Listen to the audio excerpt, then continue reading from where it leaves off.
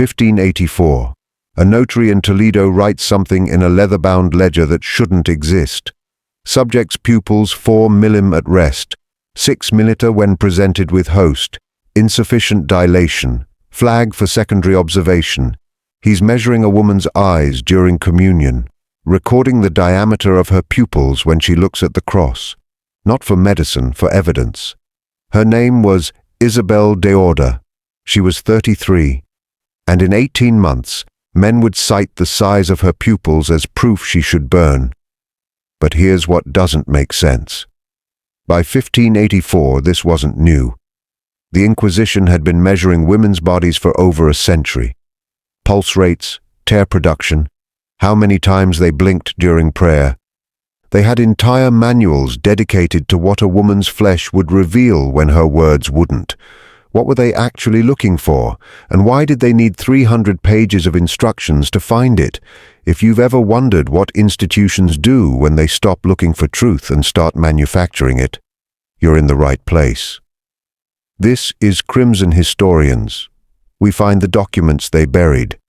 Hit subscribe because what happened to Isabel? It happened to 60,000 other women. And the method they used didn't die in Spain. Spain, 1478. The Inquisition begins. Most people think they know this story. Religious extremists hunting heretics, Jews forced to convert, the accused tortured until they confess, flames screaming, the rack. That's not wrong, but it's not complete. Because here's what the numbers show. Between 1480 and 1530, the Inquisition executed about 2,000 people. Terrible documented, but in the same period they interrogated over 40,000, and of those 40,000, roughly 23,000 were released without execution. So what were they doing with the other 21,000 hours? The answer is in the archives in Valladolid, in Seville, in repositories across Spain where researchers are still finding ledgers that most people will never see. These aren't confession transcripts, they're observation logs. Subject perspired when asked about Sabbath. Subject's hands remained dry when touching crucifix. Subject failed to produce tears during passion recitation. Observed 3 consecutive times. Page after page, woman after woman, pulse, pupils, perspiration, tears, trembling. The Inquisition wasn't just prosecuting heresy, they were building a catalogue of how the body betrays what the mind conceals. And they had one population they practiced this on more than any other. By 1540, nearly 58% of those brought before tribunals were women. Not because women were committing more heresy, because the Inquisition believed women's bodies would reveal it more clearly. Why women? What did they think the female body would show that men's wouldn't? Isabel's door opens on a Tuesday, September 1589. 2 men, familiarists, Inquisition officers. They don't shout, don't break anything. One of them shows her a rolled parchment with a wax seal. She's not told what she's accused of. That comes later. First, she's taken to what they call the audience chamber. Not a dungeon, not a torture room, a chamber that looks almost bureaucratic. Table, 3 chairs, crucifix on the wall. Window with iron bars, but the sunlight still comes through. The ordinariness is deliberate, because here's what's in the Inquisition training manuals. Yes, they had training manuals written by Thomas Torquemada himself in 1484 and revised 6 times by 1570. Here's what they say about the first 72 hours. The accused who enters in terror will confess to anything. The accused who enters in composure will reveal everything. They didn't want panic. They wanted observation because terrified people are useless for what they're actually trying to do. Isabel sits in that room for 6 hours before anyone speaks to her. Just sits with 2 notaries watching from behind a wooden screen.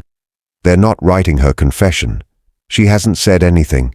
They're writing descriptions. Subject shifts position every 11 minutes. Subject touches face 4 times in first hour. Subject's breathing rate increases when footsteps approach door. They're not interrogating her. They're cataloguing her. And here's the detail that reframes everything. Isabel doesn't know it yet, But she's already failed 3 tests. Not tests of faith, tests of biology. Let's pause Isabel's story for a moment, because to understand what happens to her, you need to understand what the Inquisition actually believed about the human body. In 1487, 9 years after the Inquisition's founding, 2 inquisitors, Hinrich Kramer and Jacob Springer, published a book, Malleus Maleficarum, The Hammer of Witches. Most people know it as a witch-hunting manual. It is, but buried in Part 2, Question 1, Article 6. There's a section called Whether Witches Can Habitate the Power of Generation and Obstruct the Venereal Act Translation. Whether a person's body, when touched by evil, would physically respond differently than a pure body. The Inquisitors took this idea and ran with it. They theorized wrongly but consistently that conversion to Christianity wasn't just spiritual, it was physiological. That when someone genuinely accepted Christ, their nervous system would change. Their tears would come easier during Mass. Their pulse would quicken before the Eucharist. Their pupils would dilate at the sight of the Virgin. And if those responses didn't happen, the body was remembering something else. By 1520, there were Inquisition physicians, not to heal, to measure. They had instruments, calipers for measuring pupil dilation, water clocks for timing pulse rates, graduated vials for collecting and measuring tears. In Seville in 1537, a tribunal spent 4 months testing this theory. They brought in 50 confirmed conversos, Jews who'd converted to Christianity, and 50 old Christians, people whose families had been Catholic for generations. Then they ran both groups through identical religious exercises while measuring physical responses. The results still in the archive showed no consistent difference, none.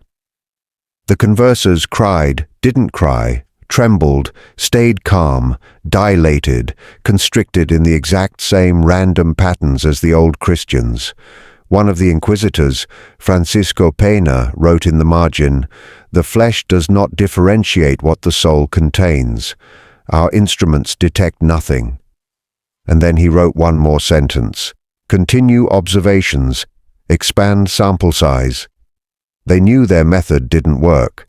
By 1537, they used it for another 150 years.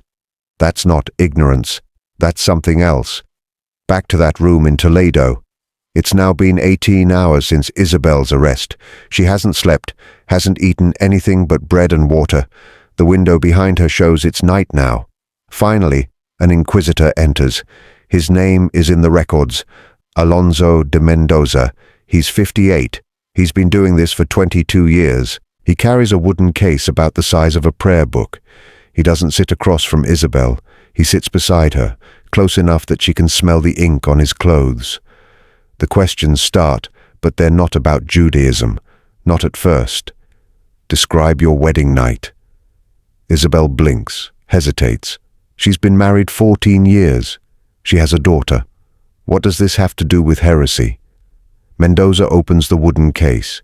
Inside a glass vial, a thin brass rod with millimeter markings, a small mirror. I asked you to describe your wedding night. Did you feel joy? She answers. Yes, of course. Did you weep? No. Should she have? Mendoza makes a note. Then he asks her about her daughter's birth, whether she prayed during labor, which saint she invoked, whether she felt ecstasy, his word, ecstasy, when the child first breathed. Isabel is trying to figure out the right answer, but there isn't one because he's not listening to her words. He's watching her carotid artery. The notary behind the screen is timing her pulse with a water clock, counting how many beats pass in the time it takes for water to drip from one chamber to another. Then Mendoza does something that appears in dozens of Inquisition transcripts, but is almost never discussed in history books. He takes out the mirror, holds it 6 in from Isabel's face, and asks her to look at the crucifix on the wall while he watches her reflection. What is he looking at? Her pupils. In the records, there's a notation. Subject's pupils constricted when viewing crucifix. Expected dilation absent. Inconsistent with documented response of genuine converts. Expected by whom? Based on what? There's no citation, no reference, just an assertion that Isabel's eyes should have responded differently. But here's the detail that makes this worse. Isabel knows what he's doing, because by 1589 everyone knows. Converso families have been teaching their daughters for 2 generations how to perform the right physical responses. Cry when you take communion. Let your hands shake when you kiss the cross. Practice dilating your pupils by looking at candlelight before bed. Isabel has practiced. She's 43 years old, and she spent 20 of those years making her body lie. And it's still not enough. After 22 hours of interrogation, Isabel is taken to a cell. Not a dungeon, not yet. A room 10 FTX 12 FT, 1 candle, a straw mattress, a bucket, and a cellmate. Her name, according to the records, is Maria Enriquez. She's 51. She tells Isabel she's been here for 3 weeks, accused of reading prohibited books. She seems kind, exhausted, sympathetic. She's lying. This is in the Inquisition manuals too. Section titled Detestibus Occultist on Hidden Witnesses. When observation alone fails to produce evidence, place a cooperative witness in the cell. Instruct her to befriend the accused, record all conversations, promise leniency in exchange for testimony. They called these women auras, ears, former accused who traded information for freedom. Sometimes they were genuine prisoners who'd agreed to inform. Sometimes they were Inquisition employees who'd never been accused at all, just trained to play the role. Maria asks Isabel gentle questions. What was your life like before this? Do you have children? Are you afraid? Isabel, alone and terrified and desperate for human connection, talks. She talks about her daughter, about her husband who died 2 years ago, about how she lights candles on Friday. Not for the Sabbath, she insists, because Friday is when she cleans the house. Behind the wall, a notary writes it all down. 3 days later, Isabel will be confronted with a transcript of everything she said to Maria, including things she doesn't remember saying, including things she definitely didn't say, but can't prove she didn't. Because who's going to believe her over a written record? But here's where the method becomes something worse than entrapment. Because Maria doesn't just ask questions, she performs. At night, when the candle burns low, Maria prays loudly with trembling hands and tears streaming down her face. She clutches the wooden rosary they've allowed her to keep, and she weeps, genuinely weeps, while reciting the Par Noster. Isabel watches, and she knows she has to know what's happening. This is a demonstration. This is what genuine Christian devotion is supposed to look like. This is the standard her own body is being measured against. So Isabel tries, she prays, she cries, she makes her hands shake. But the notary records, subject's tears inconsistent, ceased abruptly when cellmate stopped praying. Physiological response suggests performance rather than genuine devotion. They're not just spying on her words, they're grading her grief. On the 7th day, Isabel confesses. She admits to lighting candles on Friday, to avoiding pork, to teaching her daughter a Hebrew blessing she learned from her grandmother, to keeping a small cloth with Hebrew letters sewn into the hem hidden in a trunk. The inquisitors listen, record everything, ask follow-up questions. How many Fridays? Which specific prayers? Where did she get the cloth? Isabel answers it all. She's weeping now, genuinely weeping because she thinks this is over. She thinks confession means she'll be reconciled. Forced to do public penance, yes. Made to wear the sambenito, the yellow garment that marks penitence, yes. But alive, home with her daughter. Mendoza closes the ledger, thanks her, tells her she'll be moved to a different cell while they prepare her reconciliation ceremony. Isabel is escorted out. The door closes, and then Mendoza writes something that appears in thousands of Inquisition files. A single sentence that determines whether someone lives or dies. Subject's confession exhibits physiological inconsistency. What does that mean? It means Isabel confessed wrong. Not that she confessed to the wrong things, but that her body, while confessing, didn't display the right responses. There's a manual entry on this written in 1552 by Inquisitor General Fernando de Valdez. The truly repentant show specific signs. Copious tears, trembling that begins in the hands and spreads to the torso, difficulty breathing, faintness when contemplating the magnitude of sin. Those who confess from calculation rather than genuine remorse will display muted or controlled responses. These must be observed for extended periods. They had a checklist for grief. Isabel cried, but not copiously enough. She trembled, but it didn't spread from her hands to her torso. She didn't faint when contemplating her sins, therefore not genuinely repentant, therefore still a secret Jew, therefore eligible for execution. And the most horrifying detail, Isabel almost certainly knew this, because by 1589 this wasn't secret. Families warned each other. Practice your confession. Make it physical. Hyperventilate if you have to fall to the floor. Make them believe your body is collapsing under the weight of your sins. But there's a problem with that strategy. A problem the Inquisition had anticipated. If you perform collapse too well, they know you're performing. The notary writes, subject's physical distress appeared excessive and rehearsed. Too little grief, guilty. Too much grief, guilty. The right amount of grief, a moving target that changed with every tribunal, every inquisitor, every notary's personal judgment of what authentic suffering looked like. You couldn't win. The system was designed so you couldn't win. Here's where the story should end. Isabel Burns, another victim of religious extremism. We move on. But in 1998, a researcher named Carmen Hernandez found something. She was working in the archive of the Royal Chancery of Valladolid, examining Inquisition trial records for her dissertation. Routine work, but she noticed something in the margins of a 1623 procedural manual. Handwritten notes, not official entries. Personal annotations made by inquisitors themselves. One note next to a section on physiological observation techniques. Garcia observed 20 subjects under identical conditions. No correlation between pupil dilation and confession validity.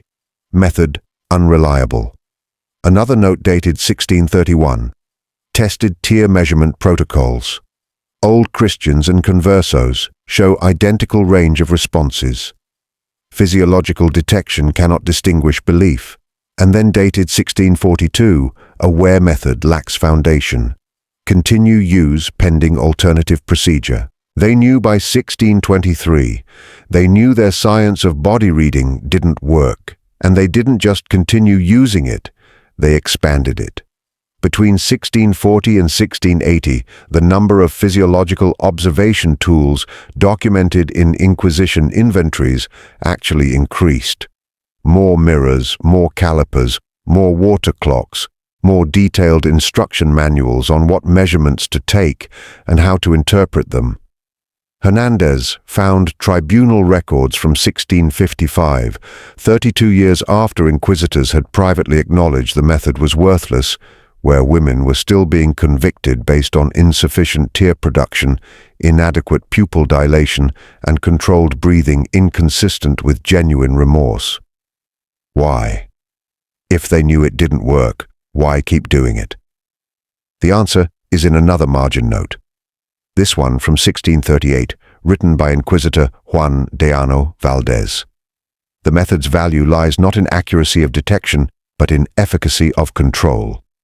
When subjects believe their bodies can betray them, they police themselves. This is preferable to forced compliance. Read that again. The point wasn't to find secret Jews. The point was to make people so afraid of their own nervous systems that they'd regulate themselves. Make your own flesh the enemy. Make authentic emotion impossible, because every tear, every tremor might be evidence against you. And it worked. For generations, Converso families didn't just hide their religious practices. They taught their children to control their physiological responses, to never cry too much or too little, to calibrate their trembling, to suspect their own biology. The Inquisition didn't need to watch everyone all the time. They just needed everyone to believe they were being watched and to believe that their bodies would give them away. Isabel Dorda was executed on March 15, 1591, not in secret, in public in Toledo's Plaza de Zadova, in front of a crowd estimated at 4,000 people. The ceremony took 6 hours. First, the procession. Isabel and 14 other condemned, 11 women, 3 men, walked from the Inquisition prison to the plaza, wearing San Bonito painted with flames and devils. Their crimes were read aloud. Isabel's list: lighting candles on the Jewish Sabbath, refusing pork, teaching Hebraic prayers to her daughter. Confession lacking physiological consistency with genuine repentance. Body failing to display adequate signs of divine grace.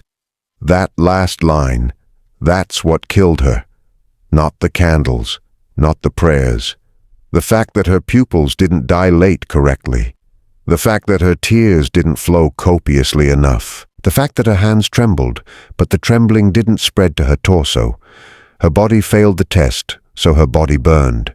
The execution method relaxed to the secular arm. Legal language, meaning the church hands you to civil authorities who will kill you because the church technically doesn't execute anyone. They tied her to a wooden stake, piled wood around her feet. There's a detail in the record that most summaries omit. They offered her a chance, even at this moment, to reconcile. If she confessed, genuinely confessed with the right physiological responses, they would gar her first before lighting the fire. A mercy killing.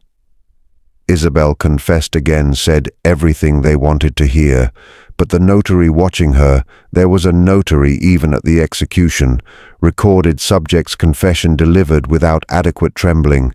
Voice remained steady, eyes dry. They didn't gar her, they burned her conscious. Her daughter Anna was in the crowd, 9 years old, required by law to attend her mother's execution. And here's the detail that makes this unbearable. Anna's testimony still exists. Given 20 years later when she herself was accused, she describes watching her mother burn, and she describes what she learned. I learned that no truth could save her, that her words meant nothing if her body spoke differently. I learned that I must teach my own body to lie more perfectly than she did. I learned that surviving meant becoming a stranger to my own flesh. Anna lived because she learned the lesson. She practiced fainting during confession, practiced weeping on command, practiced trembling that started in her hands and spread to her shoulders, her chest, her legs. She survived by becoming what the Inquisition demanded. A woman whose body was an unreadable performance, whose every physiological response was calculated, whose authentic self was buried so deep that even she couldn't find it. The Spanish Inquisition officially ended in 1834, but the method didn't die. 1692, Salem witch trials. Women ducked in water to see if they'd sink or float, searched for witches' marks, areas of skin that wouldn't bleed when pricked, observed for signs that their bodies had been altered by demonic influence. Same logic. The guilty body will reveal itself. The flesh doesn't lie. 1933 to 1945, Nazi racial scientists measuring skull dimensions, eye color, nose shape, trying to build physiological profiles of Jewish features that could be detected even in converts to Christianity. Same logic, ancestry lives in biology. The body remembers what the person tries to hide. 1950s to 1960s polygraph tests in American criminal justice, measuring heart rate, blood pressure, respiration, skin conductivity, trying to detect a deception through physiological response. Same logic. The body will betray what the mind conceals. Each iteration claims to be scientific. Each iteration accumulates data. Each iteration documents patterns. And each iteration ends up targeting whoever the institution wants to control. The Inquisition's obsession with women's physiological responses wasn't an aberration. It was a prototype, a method that discovered something. You don't need to prove someone is guilty. You just need to create a system where innocence can't be proven, where the body itself becomes evidence of its own corruption. Isabel de Cordoba's file, case number 4032, in the Toledo Diocesan Archive, sits in a climate-controlled room in Spain. Researchers need permission to access it. Most never do. Inside 47 pages, observations of her pulse, her pupils, her tears, her trembling, transcripts of her conversations with Maria, the ear, records of her confessions, first, second, third, fourth.